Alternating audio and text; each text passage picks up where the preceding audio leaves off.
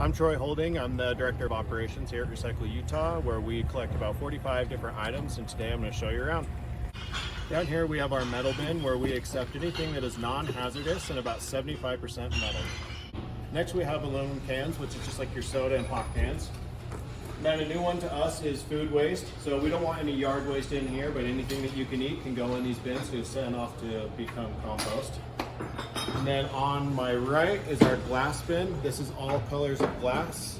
The only thing we do not want in here would be mirrors and ceramics. In this area is our paper products. So on my left is our white paper bin. Although when you look in here, most of it is shredded, as it's not need to be shredded.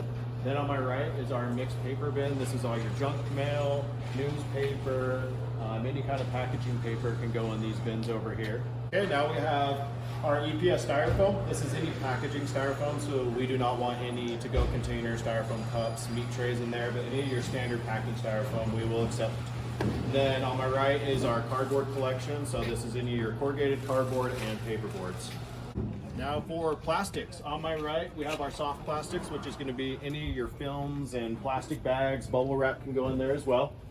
Mixed plastics, this is going to be most of your hard rigid plastics that are colored.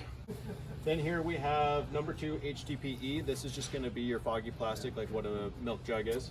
And next to that is transparent bottles.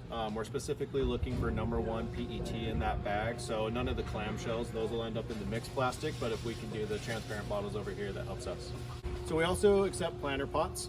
The reason why we separate it is just because of the bulk. It does end up going with our mixed plastic, but we do take them. And then underneath the table, we have a small plastics collection, and that's a catch-all solution so that those don't fall through the cracks when we're bailing.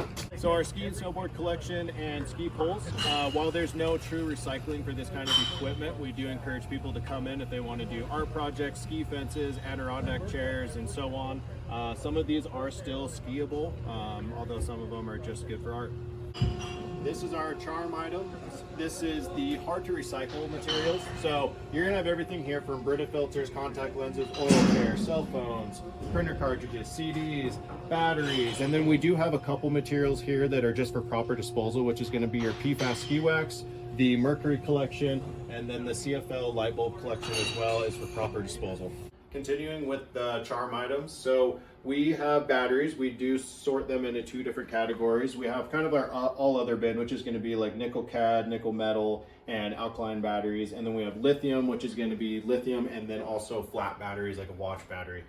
And then over here, we do accept reading glasses with the Hope Alliance. And then we also are taking candy and snack wrappers as well. A couple more charm items are going to be bras and American flags. And last but not least on the charm items is tennis shoes. So now we're in our warehouse. This is where we collect electronics. So this is the only thing that we have a direct fee for is our electronics. It ranges between $5 up to $25 depending on the size of your material. Then we're also here in our warehouse where we accept mostly building materials and hard goods. So we stay away from any textiles. We don't want any clothing, no rugs, things like that.